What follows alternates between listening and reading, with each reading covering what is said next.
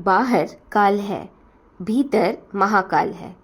बाहरी जगत काल के अधीन है। यहाँ प्रत्येक वस्तु समय से बंधी है। जन्म है, विकास है, यौवन है, वृद्धावस्था है और मृत्यु है। ऋतुएं बदलती है, शरीर बदलता है, संबंध बदलते हैं, विचार बदलते हैं। जो आज नया है वह कल पुराना होगा। कल किसी के लिए नहीं रुकता, वह निरंतर प्रवाहित है और अंततः प्रत्येक नाम रूप को अपने में समेट लेता है। किंतु मनुष्य का वास्तविक स्वरूप काल का विषय नहीं है। भीतर एक ऐसा आयाम है जो समय के प्रवाह से अछूता है। वही महाकाल है।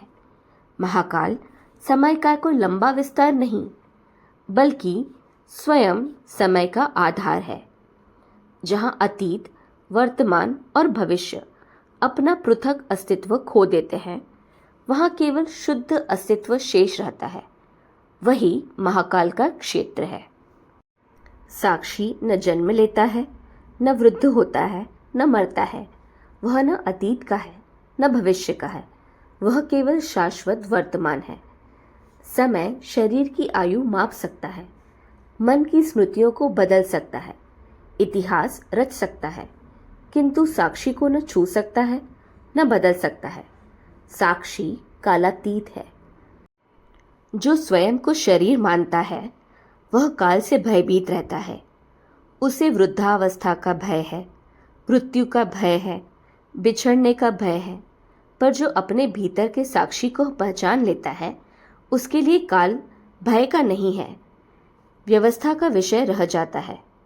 वह जान लेता है कि बदलने वाला मैं नहीं हूँ, बदलने वाला केवल शरीर, मन और संसार है। महाकाल शिव है। शिव का अर्थ केवल एक देवता नहीं, बल्कि परम मंगल, परम कल्याण और परम चैतन्य है। शिव वह सत्ता है जिसमें काल उत्पन्न होता है, चलता है और विलीन हो जाता है। इसलिए शिव को महाकाल कहा गया है। वे काल के भी साक्षी है।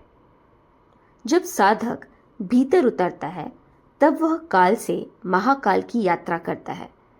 घड़ी का समय चलता रहता है, पर भीतर एक ऐसी निःशब्द उपस्थिति प्रकट होती है जहाँ कोई जल्दी नहीं, कोई प्रतीक्षा नहीं, कोई भय नहीं।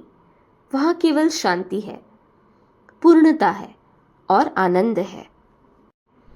इसलिए उपनिषद बार बार मनुष्यों से भीतर लौटने का आह्वान करते हैं।